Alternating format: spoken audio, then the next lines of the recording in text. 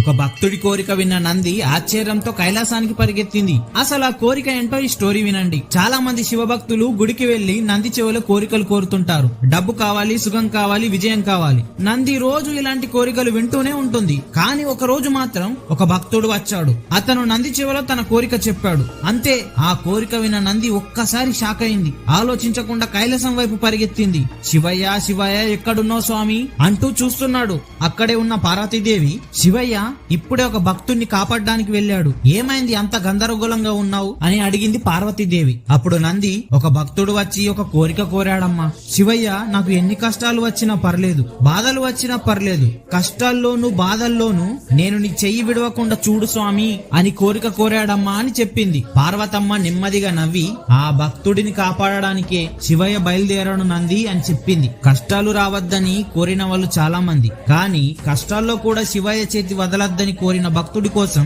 శివయ్య స్వయంగా నడిచి వెళ్ళాడు. ఓం నమః శివాయ. Download ShareChat.